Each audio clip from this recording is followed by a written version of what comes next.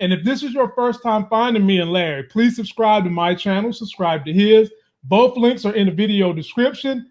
And before we give our review, it's only fitting, and I mean it's only fitting, that we go to the most show-stopping event that happened on episode 3. I got to go there because these two women had the best weaves I've seen this side of the Mason-Dixon, and one of them laid the smackdown on the other one. Take a look. Asked Tommy to help you again and to tell you where he hid the body just in case. Either way, it was your call. And then when James wouldn't come back to you, when he began a relationship with Ramona Garrity, when he was leaving you behind for Albany, he wasn't just abandoning you, he was leaving behind your criminal enterprise, your family. Boy, did Tameika open a can of whoop ass on Tasha. Did you see the look on Davis McClain's face when she mentioned Ramona Garrity, which got me thinking they might go looking for Ramona at this point, Larry. I keep telling you guys, I don't know why you keep on wanting to diss Ramona like she's never coming back. Ramona is like, she's like a fine wine that everybody wants a sip of. Once you've had a little taste of it, you keep seeking it out, and then eventually you go find it again. You bring it back. That's just what it is. Oh my Lord. Well, ladies and gentlemen, that was one of the finest moments of episode 3. Tameika knows all the business. She knows all Cooper Saxe business. And when she came in there and laid the smack down on Tasha, she dug that knife so far down her throat, you could see sharp edges coming out of her butthole. She laid the smack down on Tasha. She talked about jealousy with Angela. She talked about Ghost killing her lover. She brought up Ramona and Ghost moving on. She brought up the fact that Tasha lost her daughter and James was still in love with man. She twisted that knife deep. She really did. Larry, really speak on the look on Davis McClain's face said it all. I mean, that look on his face said it all. But Larry, talk about that moment. Well, I'll tell you, the first thing that really got me was that they had pulled out a whole courthouse glam squad for her. I mean, she rolled up in there. They opened that door. They had a makeup artist, a hairstylist, a wardrobe person over there. I mean, they had a complete glam squad. I was surprised that the Queer Eye wasn't going to show up in there. You know? He said that. I didn't say that. I'm just saying. They had the whole team in there for her. It's amazing how you could take somebody that goes, they go from straight looking prison gangster to like respectable, arm candy. and I didn't do the whole entire speech, but that was a part where Tameika said you use all that watch drug money to supply your clothes and your hair. Nice wig, by the way. I like to fell out. Bro, I like to fell out. I was already telling Chris, I was like, damn, they snatched Tasha's edges quick and gave her a hot weave. And Tameika came right on in there, filled it in. But hey, we know Tameika rocking the same wig too, but they dope. Those some dope wigs. Right. Man, yeah. Bro, that was the show-stopping moment for me. I wanted Tameika to take the job with Davis McClain, but you can guarantee we haven't seen the last of her yet. Oh no, not even close. I would not be at all surprised if she ends up working with him. Now, I don't know how that would work out because there has to be some sort of conflict when they used to work together and then you have one representing the other of some sort or I don't know, whatever. The whole relationship seems way too incestual for the courts to allow it, but the courts will allow so much shenanigans. I just don't know, but we'll see that. But what's his name? He did a really good job of showing Tasha why she should not be on the stand. I mean, because she would get torn apart, literally. And the thing is, everything that Tameika knows, Cooper Saxe knows too. Yeah. Cooper Saxe knows everything Tameika knows, and he can really get up there and shove that wedge in Tasha too. So at this point in time, it's just a matter of, will Tameika join the team? And if she does, she's not going to be able to say anything about Cooper Saxe. As a matter of fact, Cooper Saxe might have her recuse herself from being on that team when he tells the judge there's a conflict of interest. Right. You know, that would be a way for Cooper Saxe to weasel out of having Tameika have any part in the court dealings dealing with Tasha. And so at this point, doesn't think that'll be the case. Okay. And I'll tell you why. Like, I get what you're saying. I don't mean to cut you off. I was just saying, I don't think that may be the case, only because I think that if he goes and tells the judge that there's a conflict of interest and they shouldn't have her on that team, I'm thinking the defense might tell the judge there's a conflict of interest and Saxe shouldn't be on that team.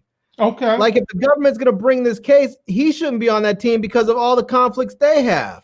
That's true. You know, so it might be a double-edged sword for him to bring that up. It might be just best for him, if he wants to prosecute the case, to just shut up and let whoever is going to be on the team and just present his case. And so I guess at that point in time, Larry, it's going to come down to who hates who the most. You've got Blanca Rodriguez, who doesn't really care for Tasha, but she hates Cooper Saxe. Yeah. You got Tameika, who I don't think she hates Tasha, but she hates Cooper Saxe. I think Saxe really wanted Ghost. I think he really wanted Ghost and was willing to go out there on a limb, as we saw. He was really willing to bend the law and break the law to get after him. I don't think he has that same level of passion towards Tasha. I think some of what he's feeling is lingering towards Ghost, but I don't think he has that same passion to get Tasha. And so I'm not sure that he's going to want her locked up more than she's going to want her freedom. No. Okay. And if they was to bring your sweetie pie back into the picture, what is she going to do? So let's say they introduce Ramona Garrity. What is she going to do? Well, we're going to find out that Ramona is probably going to be an alumni of whatchamacallit, that school that Reek goes to. And so that professor, what's her name? Professor Megram is going to ask her to come and speak to the class. And then that's when Reek and her are going to bump into each other. And then all of a sudden it's going to turn into this weird sort of tension that turns sexual. And then, as much as we don't want to see Tariq getting it in, and we're going to end up seeing Tasha, we're going to end up seeing Tariq and Ramona get it in. And it might be a threesome with her and Megram.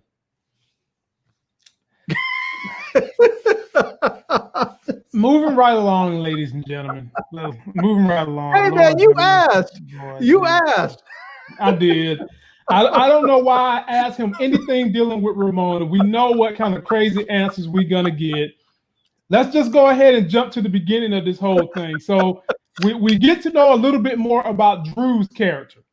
And this is just my opinion, but for him to be in the game that he's in, he seems a little bit timid and a little bit soft. The daddy is in love with Drew taking the mantle and being the cartel leader, and he doesn't want Kane to do it because he feels like Kane is a hothead. And I can agree with that. Kane has the temperament of Tommy, that's for sure. But Drew, I don't know. I think Drew's gay. I'm getting a lot of soft. The title and thumbnail of my video was "Daddy, I'm Soft," and I had an arrow pointing at Drew. Yeah. I mean, when there was that scene when they were all in the living room and Mary came in and was speaking to him. It was because there were two scenes like that in this episode. And one of those ones, when she came in and spoke to him and he said something else to her, he either said something to her, he said something to Kane. He just, he sounded real moist. And I was like, I think dude's gay. And I think that's partly why his dad is saying he's not built for this life. I think maybe that he thinks that the dude's gay, he's too soft, and he doesn't, even though we have him in this life, he's not really built for this life. And we need to, like, if you're going to have him do this, you either need to toughen him up or we need to remove him from the gangster side of it. And which isn't a bad idea. I mean, if you're going to have an organization that you want to flourish, it's not a bad idea to let one person run sort of the streets like a cane, and let the other person run the business side, so that you can have your money sort of insulated. So you have the business side that's clean, and people are maybe you have to clean the money up by running it through a nightclub like James was, or whatever other businesses that you have. You do that. And let the daughter go to school. She doesn't need it. I mean, what is she going to do? What are you going to turn her into a queen pin or something? You don't need her. You already have 2 kids. Let her do her thing. Yeah, I felt like I said in my review video, like, this is the complete opposite of Tariq and Ghost. You have Monet and Diana. You have a daughter that wants to go to college and play basketball. And the mom is not allowing her to do that because she wants her to stay in the streets. Whereas with Ghost, you had a son who wanted to be in the street, and Ghost wanted the dad to go to college and not had to do the stuff that the daddy had to do. Right.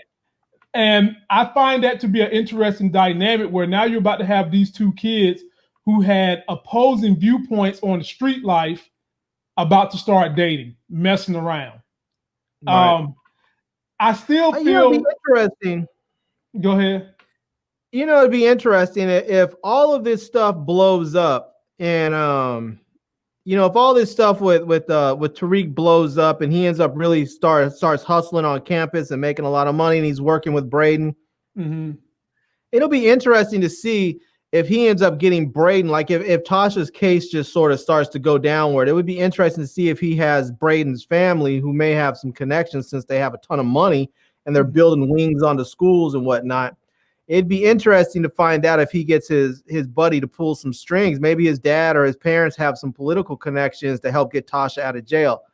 Because it wouldn't seem like it would be that far-fetched if they're that rich that they're donators to, political donators. And if they just simply say, hey, can you have the governor pardon my mom or commute my mom's sentence or something like that? Well, I guess it would have to be a pardon because she's not even convicted yet. So I don't know. It'd be interesting to see if that plays into it somehow, but to help feed into your theory, we see old short man Tate is going to be in the next episode. And it wouldn't be far-fetched theory to think that maybe somehow, some way, Tate does become governor during this season, and he gives Tasha a pardon because maybe she's got some extra dirt on him. Maybe Ghost let Tariq or her know the dirty dealings that Tate had. Or maybe Ramona knows about the dirty dealings that Tate has, and to put the squeeze on Tate, he got to release Tasha from jail. Yeah. Yeah, maybe. That'd be interesting to see how it goes. Man, I tell you, they have left. If you don't think too hard about stuff, they do leave you guessing a bit. I don't want to think too hard about it because I don't want to figure anything out, and then I don't really enjoy watching it. So I'm enjoying. I'll be honest with you. I'm sort of intrigued about what's going on with Professor Megram and the other dude, because he obviously knew what he was doing and messing with Professor Megram's head. Because when he had that graduate student in there, he really didn't want to be with her at all. And then when he realized that what's her name walked into her office next door, he was like, okay, now I have a chance to mess with her. Now if I show her that other women want me, maybe she'll get a little jealous and whatever else. Not to mention that she's a sex addict. So if she hears sex going on, maybe she's going to get all worked up and she's going to be thinking about this. Oh, damn, I should probably go get with him. If I don't get with him, somebody else is, I didn't pick up on the part that he did that knowing that she was coming in. No, I think he definitely knew, because he was at first he was telling the girl no, really didn't want to, and then I felt like he heard those doors open, and then not only did he go ahead and stop her from leaving at that point and initiate it, he pushed her up against the adjoining wall. It wasn't like he decided, okay, let's go do it on the desk or some other place. He pushed her up against that adjoining wall, knowing that he was going to bang up on that wall. So I think he definitely knew and was definitely using that graduate student to play Professor Megram. So that's a damn shame. You done had this graduate student of yours read the book, and did you catch the title of the book? title of his book is called Raw. I wonder what the details are of that book that he tells on Professor Megram. So the student done read the book, says that he's a romantic. He hears the footsteps of Professor Megram, and then instead of being a romantic with the student, he throws her ass face first up against the wall and then proceeds to pound her while he, in your opinion, knows Professor Megram is listening. Yeah. She's been trying to avoid him the way that her sponsor has told her to do. And then she hears all that noise. And we was wondering, is she going to go in there and try to get in the mix, or she's going to leave? And she left. So that says she's tempering her primal inner urges. Right, but we don't know where she went. For all we know, she got all worked up and decided to leave and ran into Tariq on the way out. I guess we'll find out next week. No, I'm just saying, man. She did not run into Tariq because maybe she ran into Zeke then. Woo, that could be a mess. As much as they are setting it up that she has a thing for Tariq, they really are spinning these other women into Tariq's life, like Lauren. You know, she's doing everything but coming out of her clothes, throwing the panty drawers at Tariq. Diana, you're talking about the little Spanish girl. Lauren is the student that's in his class, right? And Diana, every time she gets a chance, she's telling Reed the whole entire family business. Hell, they're gonna have to shut her up because she's giving up way too much information to Tariq, and I don't see Tariq really feeling either one of these women as much as they're feeling him. What do you think, Larry? I think he likes what's her name, Diana, but I don't really think he'd like. I mean, I don't know the way I feel like with Lauren. I feel like he's sort of like take it or leave it. I think she's definitely, like you said, she's feeling him more than he's feeling her. She's sort of trying to play it cool, like she's not feeling him, but it's obvious. It's obvious that she is, and you know. But you're right. Monet is going to have to do something. But it was just so obvious that Monet is sort of afraid of Reek. You know, even when she went in there, she gave all this speech about no one who's next to Tariq lives long. They either end up in jail or dead. And then what does she do? She goes over there and ends up in business with them. Mm-hmm. I mean, it's just like. I mean, it took him all of about 5 minutes to outsmart her. Just, you know, she's basically like, stay away from this, stay away from that. And then he's basically like, look. So she starts telling him all this stuff. And then so basically in the middle of the conversation, he just stops, checks her and says, oh, so Zeke is your priority. You know, it was just like, F all the BS you're talking about. Zeke is your priority. Okay, I got that. Now I know how to play you for real. So check this out. If I fail, he fails, and then you're out. So we're on the same team, and I want to get down with this, so you're going to be my new supplier. That's basically, I mean, it took him about 5 minutes to get her in. I mean, maybe she was allowing it because she wanted to be in that position with him, but it didn't seem like she did. But it didn't take long for himself to maneuver himself into her life and into her business. So I felt like, man, that wasn't a boss move on Monet's part. I really did. No. I mean, you hardly know this boy, and within 5 minutes, the pressure that he has on you is getting Zeke through college was enough for you to let him into your drug business. That didn't fly well with me because that was just too quick. That was just way too quick, I felt like. But I mean, hey, right. You got to make a story out of it. And I guess the thing that Tariq can hold over her head is the fact that she really wants Zeke to get through college and get to the NBA. She really wants that bad. And now they're dangling Tariq over Tasha's head. In essence, she wants Tasha to keep Tariq in line. So I'm looking at it like this. It is now, even though they're working together, it's going to come down to the Tejadas versus the St. Patrick's. Right. Yeah. And Larry, who's going to win that fight? Oh, well, if it comes down to the two of them, we already know that Tariq's side is going to win. show's about them. But also, I just think Tariq is just smarter. And even though even though they may have some killers on that side, I just don't think that. I think they are underestimating Tariq. I mean, the dude blasted a cop.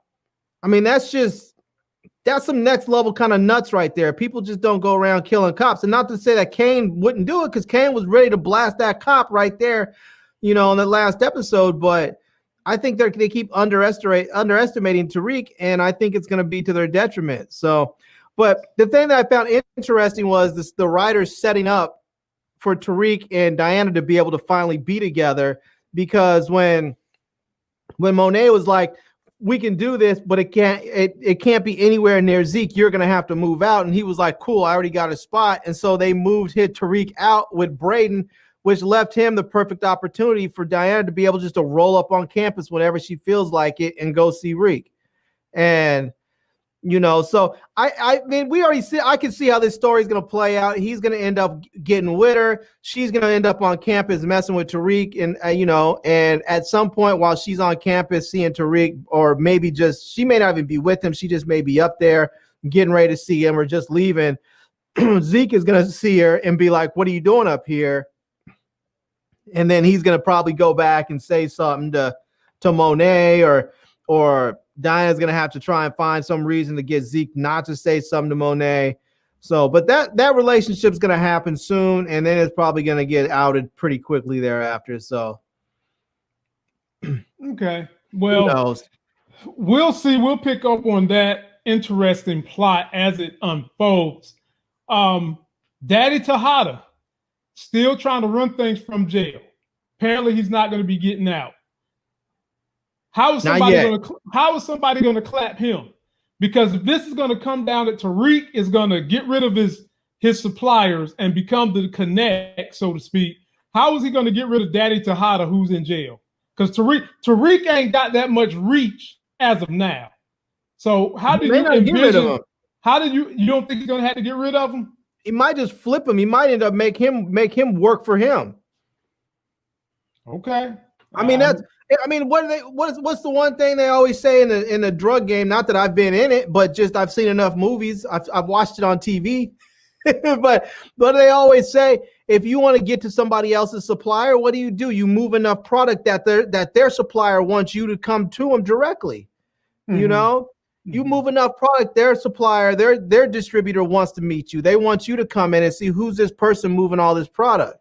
So Tariq moves enough product, he's going to bypass Tejada and them. So he's going to bypass Monet and go straight to their connect. Tariq might end up being the new distro. He might end up being, having Tejada and them working for him. So can you see any scenario where some of the other families that we've seen in the past on Power come back in future seasons as Tariq takes the mantle of new Ghost? Like, could you see the Italians?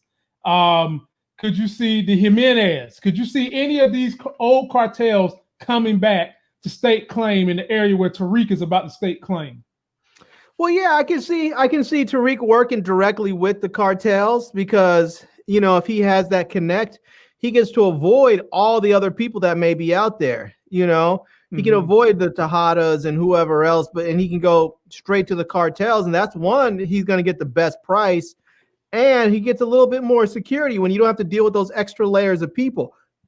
We know that the cartels want to stay insulated from the law. So that's just one less layer that you have to worry about someone snitching. So, right. And somebody in the comment section just mentioned maybe they could weave in 2-Bit to go and take out Daddy Tejada. He's still part of the Power universe. Yeah. And I always thought last season it was going to be a Tariq 2-Bit team up. It never happened, but it still could happen. I don't think they'll take out Tejada this season. I think he'll be around because he seems like one of those characters that they're going to sort of build up until he ends up getting out of jail, and then they'll have some more conflict because of the way they're setting it up right now. there's some, I mean, he's pulling the strings from inside the prison, but he's also he has Monet working, but he's still sort of controlling things. She wants to do things her way. And so I see that conflict with those two, and what we can see brewing potentially between Tejada and Tariq. So I could very much see that they build this up until eventually Tejada gets out of jail, and then you have a real conflict between him and Monet. And is she going to be willing to step back and play second fiddle to him once he's out of jail? And at that point, they might find themselves almost in a full-blown war if you now have Tariq with like a full-blown crew. If he has all of his people working for him, because he might have some street cats that he's going to work with, like maybe, like you said, maybe he ends up hooking up with Two-Bit. Two-Bit hits the streets and basically is his Tommy, and then he has Braden on there, that's working, the college scene and working maybe some of the, depending on what his parents do, maybe he's working the Wall Street crew or something. So maybe he's like, his what's the dude's name? Stanfield or not Stanfield, that's the name of the university. What's the other dude's name? The dude that Ghost used to deal with? Stern. Yeah. Maybe he's like his Stern in some ways, where he's dealing with that other world. So I don't know. I mean,